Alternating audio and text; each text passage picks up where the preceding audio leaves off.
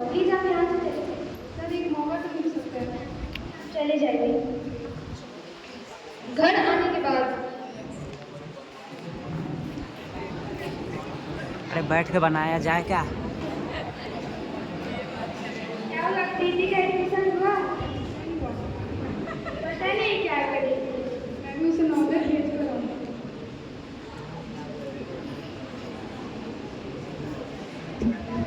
तब प्रीति और पापा एक नवोदय कोचिंग के बाहर थे।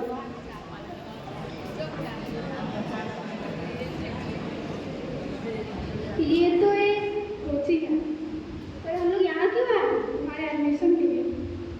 मेरा सरप्राइज कहाँ है? सामने।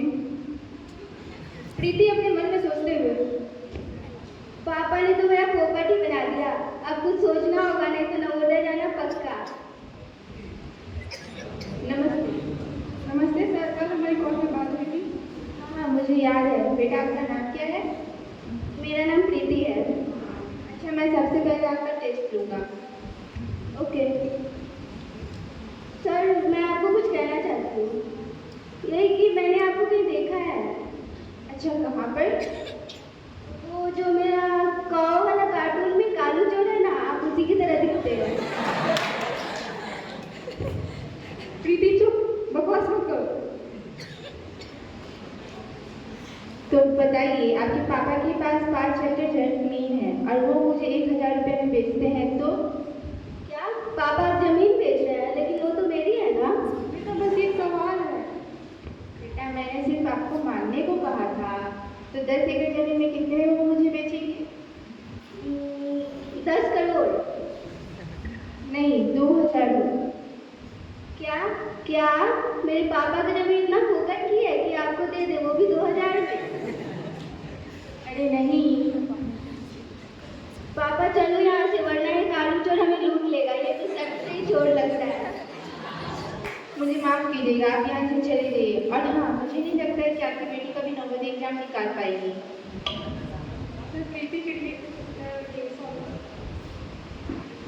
प्रीति के पापा अपने मन में सोचते हुए, मेरी बेटी नवोदय कभी नहीं जा पाएगी। मेरी गलती थी जो मैं उसे जबरदस्ती भेज रहा था। घर आने के बाद क्या हुआ? प्रीति का एडमिशन हुआ? नहीं हुआ, उसे उम्मीद है छोड़ दो।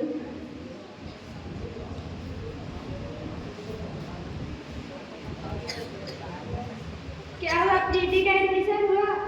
नहीं हुआ, उसे उम्मीद ही छोड़ दो। घर आने के बाद प्रीति की मम्मी को पता चलता है कि उसका कोचिंग में भी एडमिशन नहीं हुआ, तो उन्हें बहुत दुख होता है। प्रीति के मम्मी पापा प्रीति से उम्मीद भी छोड़ देते हैं। कुछ देर बाद मेहमान का प्रवेश।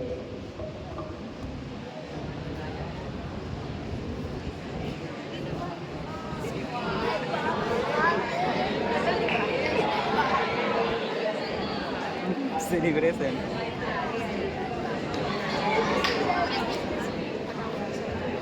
नमस्ते प्रमोद। नमस्ते करण। ओ नमस्ते रणवीर, कैसे हैं?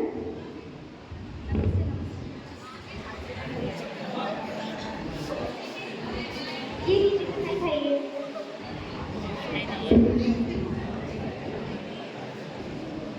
क्या खुशी की बात है? वो मेरी बेटी ने नवोदय निकाला है, तो सोचा आपको भी मिठाई खिला दूँ। यीशु बेटा, जाओ प्रीति से मिल लो। हाँ, क्या खुशी की बात है। आप भी कितने किस्मत वाले हैं। मैं ही क्यों, आप तो मुझसे भी ज़्यादा किस्मत वाले हैं जो आपको प्रीति जैसी बेटी मिली। हाँ, वो तो दिख ही रहा है। आप ऐसा क्यों कह रहे हैं? ठीक है, चलते हैं। प्रीति ये सब बातें सुनते हुए अपने मन में कहती है, यार मेरे पापा को मेरी वजह से कितना सैड होना पड़ता है। मैं कितनी बैड बेटी हूँ। जब मेरे पापा मेरे एक पल की खुशी के लिए इतना कुछ कर सकते, तो क्या मैं उनके लिए नवोदय नहीं जा सकती? अब मैंने सोच लिया है कि मैं मेहनत करूँगी और नवोदय निकालूंगी और बिना स्कूल कोचिंग के हॉस्टल में रहूँगी।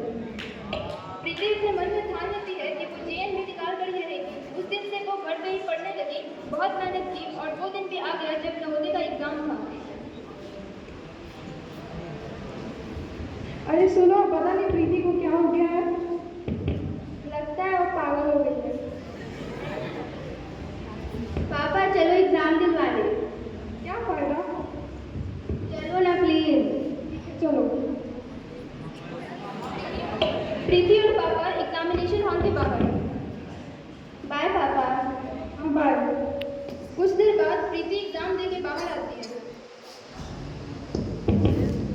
चलो पापा पूछो तो एग्जाम कैसा गया? चुपचाप चलो घर। घर आने के बाद दीदी आ गई, चलो खाना खाओ। नहीं मम्मी, मन नहीं है, बाद में खा लूंगी। अब 2 महीने बाद पापा अभी तक रिजल्ट क्यों नहीं आया? तुम्हें इससे क्या, तुम्हारा थोड़ा निकल जाएगा। जब प्रीति के पापा ये कह ही रहे थे कि एक कॉल आता है। हेलो हेलो, मैं नवोदय से अनिल बोल रहा हूँ। आप हाँ। प्रीति के पापा बोल रहे हैं? हाँ बोलिए। आपकी बेटी का नवोदय हो गया, आप आज शाम तक अपनी बेटी के साथ नवोदय स्कूल में आ जाइएगा। Okay sir. अरे सुनो, प्रीति का नवोदय हो गया है। हो गया। क्या सच में? हमें विश्वास ही नहीं हो रहा। क्या सच में पापा? हाँ मेरी बेटी, मुझे माफ कर दो। प्रीति की मेहनत रंग लाती है। उसने जो सोचा पूरा किया। प्रीति ने मेहनत करके अपने पापा को खुश कर दिया और आप भी ऐसा कर सकते हैं। और इसी के साथ नाटक खत्म होता है। धन्यवाद।